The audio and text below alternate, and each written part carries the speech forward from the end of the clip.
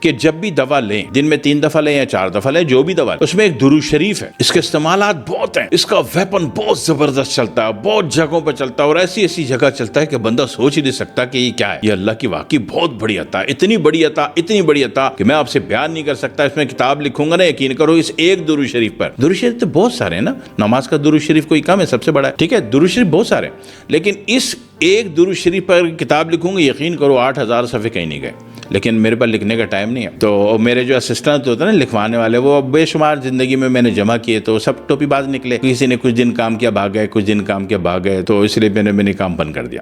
بہرحال تو میں طریقہ ڈائریکٹ آپ کو بتا دیتا ہوں۔ ایک درود شریف ہے، اللہم صلی علی محمد وعلی آل محمد بجلالک کما تحب وترضى لہ۔